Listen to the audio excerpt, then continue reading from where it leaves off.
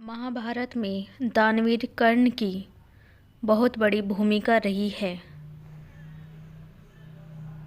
दानवीर कर्ण और कृष्ण संवाद महाभारत के युग को टालने हेतु एक अंतिम प्रयास करने के लिए भगवान श्री कृष्ण महाराज धृतराष्ट्र की सभा में पहुँचे थे।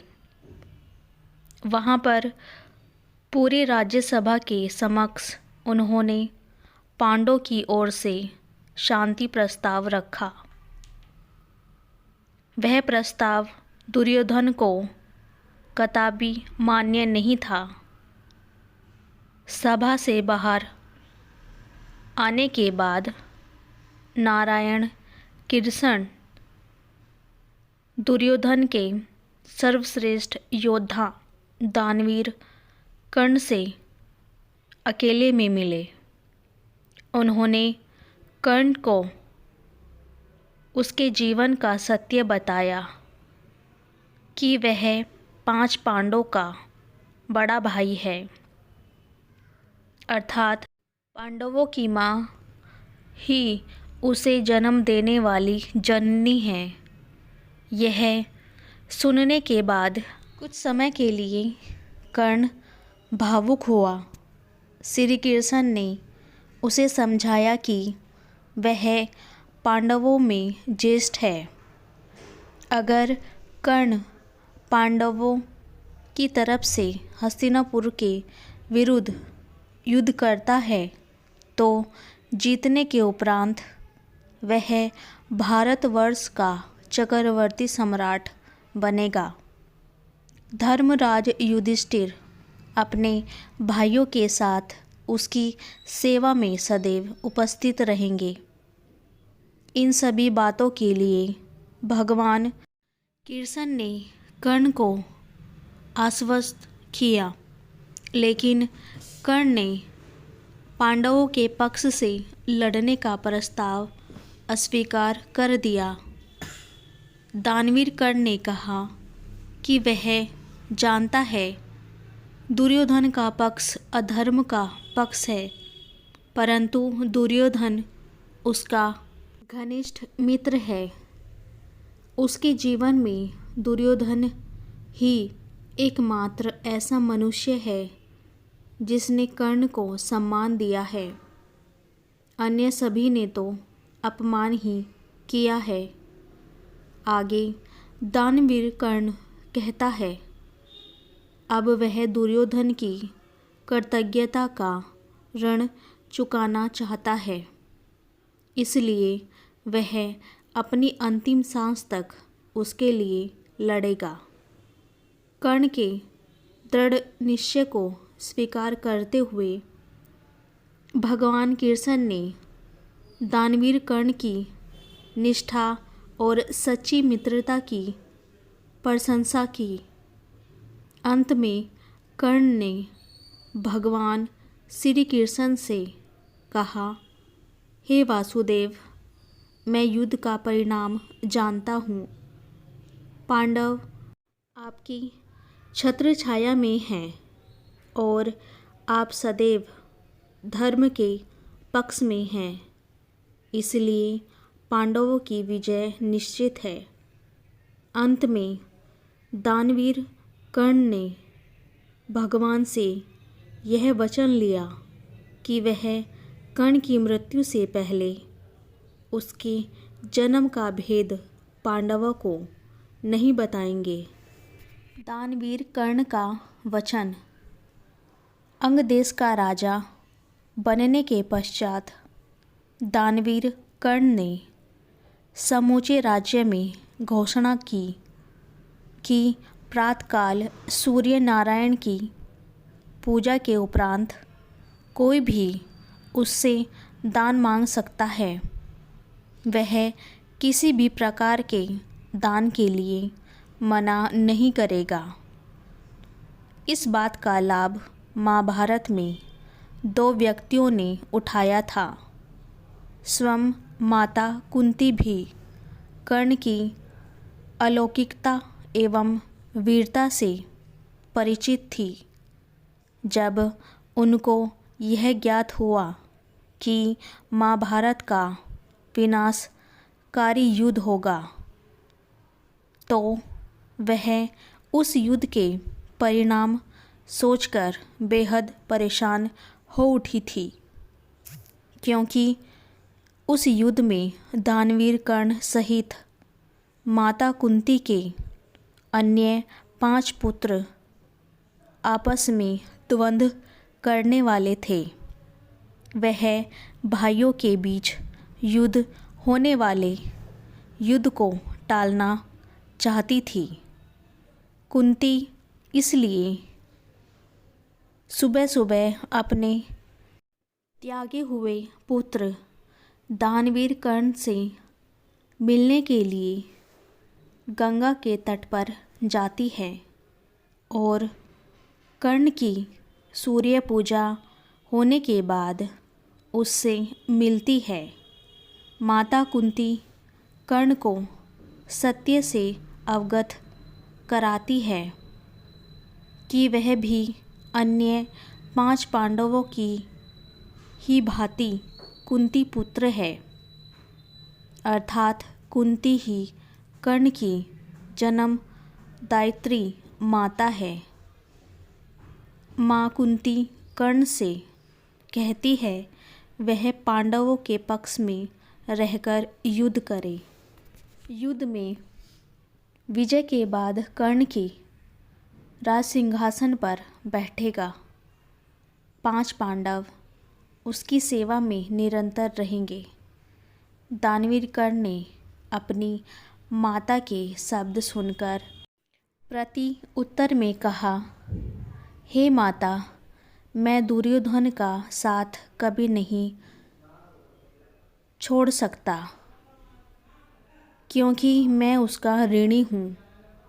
पूरा संसार जब मुझे सूत पुत्र कहकर मेरा उपहास कर रहा था, तब दुर्योधन ने ही मुझे अपना मित्र कहा था। लेकिन हे माता, मैं आपको वचन देता हूँ, महाभारत के युद्ध में मैं अर्जुन के अतिरिक्त अन्य किसी भी पांडव को नहीं मारूंगा। अंत में माता कुंती से दानवीर कर्ण ने निवेदन किया कि वह उसके जन्म का रहस्य किसी को भी नहीं बताए। दानवीर कर्ण और इंद्रदेव भेंट। दानवीर कर्ण के पास जब तक दिव्य कवच और कुंडल है, तब उसे परास्त करना लगभग नामुमकिन होगा। अर्जुन की इस शंका से देवराज इंद्र अच्छी तरह परिचित थे। वह अपने पुत्र अर्जुन की सहायता करना चाहते थे। इंद्रदेव कर्ण के बारे में ये भी जानते थे कि कर्ण एक दानवीर है और उससे दान में मांगी गई किसी भी चीज़ के लिए वह कभी ना नहीं कहेगा।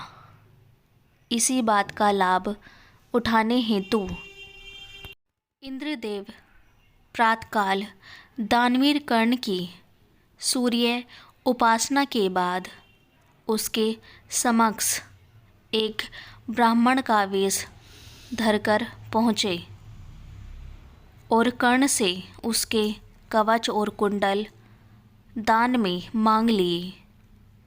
एक पल भी विलंब न करते हुए अपने शरीर से कवच और कुंडल काटकर उसने दे दिए।